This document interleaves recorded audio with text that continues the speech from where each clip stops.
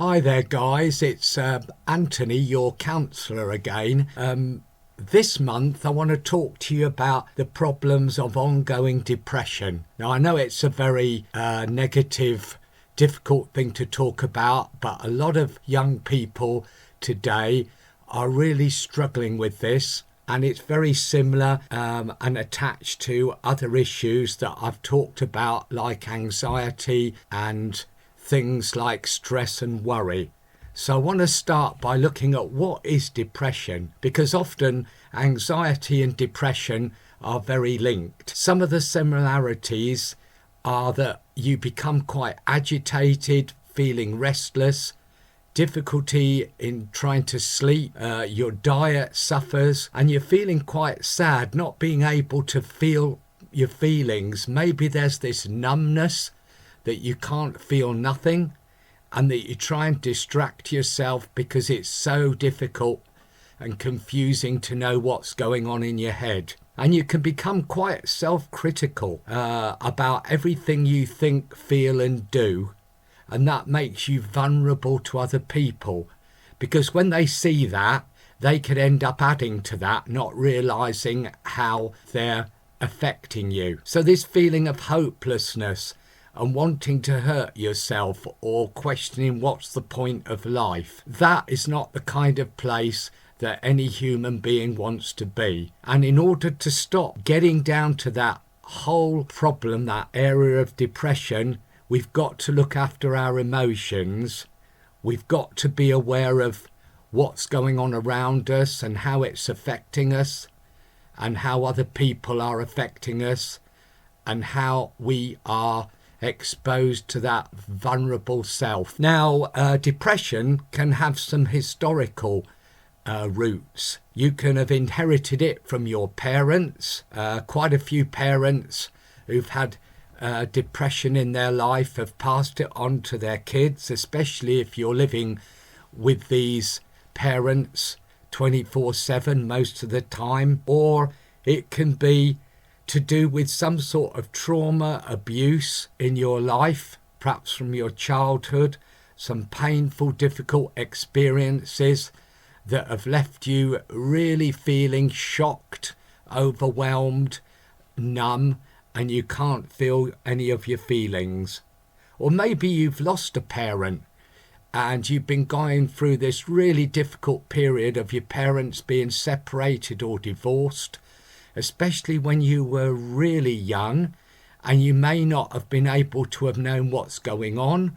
You might have seen things happen between your mum and dad, behaviour that's made you frightened, scared, fearful of all kinds of consequences of what might happen further during the family life in that home. So it's important for you to know about the divorce, about why it happened, about why your parents separated, because then you can start to piece together things and not blame yourself, and that can help not drag you down towards those feelings of depression and the negative thinking about yourself that's often attached to depression. So critical thoughts about yourself and about those who you've we call it internalized, that you've personalized from others to you. So you're so vulnerable when you are depressed because you're very much taking on negative things people say to you very personally, because your self-esteem is so low, and also you've got that negative mindset and you've got nothing to challenge it with. So the symptoms of depression, these can be a number of things, from sadness and loss of interest in activities, perhaps hobbies and things that we used to do, we no longer want to get involved in, we've lost interest in. Maybe we get very easily frustrated and angry over the small things that we come across in our daily lives. We have trouble concentrating, and we're very sensitive to people who we feel are rejecting us when they're probably just not able to give us the time we need when we want it, when we reach out to them. We need this constant reassurance that we're okay, And what people say to us that is positive, we find it very difficult to take on board because of the kind of depressive feelings and thoughts we've got. And also, sleeping can be quite an issue. We can end up sleeping so much because we're carrying all this low mood, this negative thoughts and feelings, and they're wearing us out. And we become very socially isolated, which is not a good place to be. And that can lead to thinking about harming ourselves in a negative way, which is not good for us, because we need to express those feelings in a healthy, positive way and not in a negative way. And also, we can have thoughts of ending our life, which is not the thing to do. We need to be feeling positive. And on this whole thing about questioning your life, whether you need to live or not, I'd like you to think about a safety plan.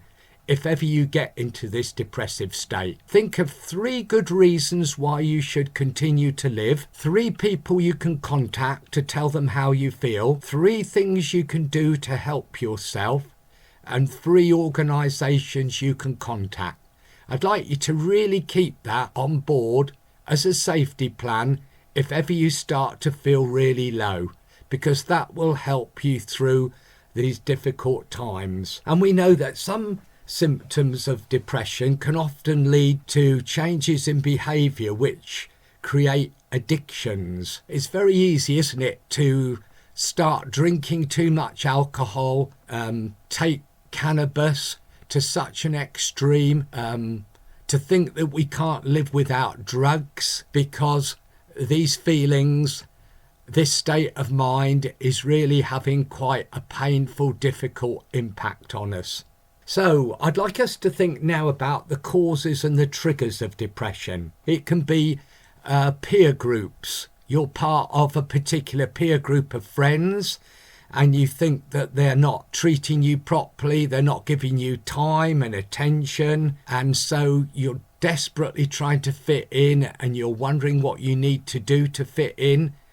And the next thing is you find yourself isolated because you're telling them how you think you're feeling, and you feel that they're not giving you the time and the space to be who you are. You can be also open to being bullied from other young people or other adults because your depression is the thing that you're focused on and you're not able to look outwardly and think of anything else. It can affect your eating. You end up missing food, so you end up binge eating, which is no good for anybody because that can affect your low mood and lead to more depression. And stressful life events. Maybe you've got a very stressful job, or you're struggling at school with a lot of work, or you feel you're not getting the support from adults and the praise and the affirmation that you've needed in your life. So all that can make you feel quite low and depressed. And you can become over-dependent on other people to help you, to try and rescue you from this difficult mindset and behavioural pattern. So some disorders can lead to depression, and also it's good to find out whether you're struggling with things like bipolar disorder, anxiety, anorexia, bulimia, and personality disorders, or maybe ADHD, or maybe you are feeling that you have questions around LGBT issues and there's no support, there's no one to share any of your deep thoughts with, and you feel that you might be struggling with these things but you need a diagnosis, and you're not able to get a GP appointment. So I'd like you to think about seeing someone like a counsellor who can probably help that process along a bit quicker, so that you're not left helpless and struggling with this whole situation longer than you need to. Because untreated depression can cause emotional, behaviour and health problems, because everything is linked up. Our mind, body and behaviour is all part of the same thing. So without being too negative and depressive today, which I'm sorry about having to do, because this is a very important issue and something that young people really struggle with. When you treat this depression in your life, there is a need to share your feelings with someone you trust. So please don't isolate yourself. Try and find someone to talk to. Write your feelings down. Don't keep them locked inside yourself. If you do go and see a GP, a doctor, for professional help, you can have what's called talking therapies. Sharing your thoughts, feelings, life experiences with someone else, and as I said before, possibly a counsellor. Now, seeing the doctor about taking medication, it can help, but it's not going to address the root causes of depression. It will just help you to cope for a while, but you're going to need counselling alongside it, because the two work together. And looking at self-care when we are in this difficult position and this terrible state of depression in our lives, how can we look after ourselves? How can we find what works for us? Well, there's the breathing techniques where you're able to sit still, close your eyes, take a deep breath through your nose with your mouth closed, count to 10 and slowly breathe out through your mouth. That can help if you do that 3 times, perhaps twice a day, perhaps in the morning before you go out, or in the evening before you go to sleep. And I know it's difficult, but we need to keep active. Secondly, we need to keep active. Don't isolate yourself where your thoughts are predominantly on you. Try and do something with a friend if you struggle to do it on your own. Thirdly, letting your feelings out, as I've said, by keeping a journal, writing your thoughts down. Maybe you want to take them to a professional when you do go and see one and share what you've been writing. Set realistic goals in your life. Maybe some of your depression is linked to the fact that you have such high expectations of yourself, and that nothing is good, nothing is right for you, because maybe those expectations have been placed on you by other people, or maybe you've taken them on yourself because you've not had the praise from parents, teachers, from other adults, from friends in your life. And these expectations are unrealistic. They're never going to be met. You're never going to be happy with them. So it's about setting realistic goals in your life to help your self-confidence grow. And the goals that you set yourself, maybe you need to discuss with a professional or with a friend who you can trust about, are they realistic about what I want to achieve in my life over the next few weeks, months, or maybe longer? Because often when we are depressed, we set these unrealistic goals for ourselves. And then if you don't meet those goals, you can actually go back and review them. And that will help you to realise whether they are realistic or not. And try to avoid letting other people's stresses impact upon you. So when you are feeling quite low and depressed, making sure that you don't take on the stresses of others. So when you're in a situation that is stressful, try and remove yourself from it. If you can't, then, as I said before, be aware of taking those deep breaths, those breathing exercises, and telling people how you feel if they're stressed, and saying to them, I need some space, I can't be dealing with this now. And by retreating and going away from that situation, you'll feel better and you'll be able to get more in touch with who you are and your deep feelings. And mindfulness is very helpful. You may have heard about the importance of mindfulness meditation, feeling calm and grounded.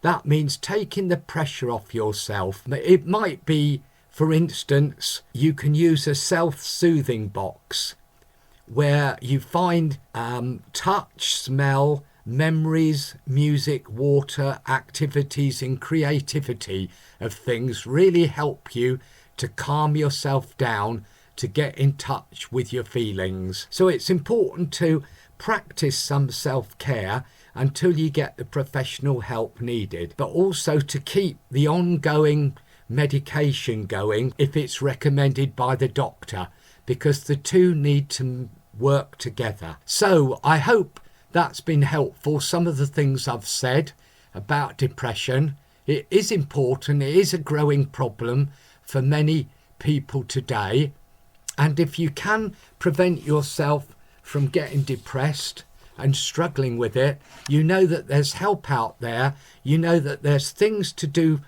to help yourself, and hopefully you understand some of the root causes and the triggers of depression now. So I hope you have a nice Christmas, and those of you who are looking forward to Christmas, I hope it's a positive time, and those of you who are not, I just hope that you find somebody to spend Christmas with and you get something out of this holiday to help you to feel good and positive about yourself. And I look forward to talking to you again in the new year. Take care.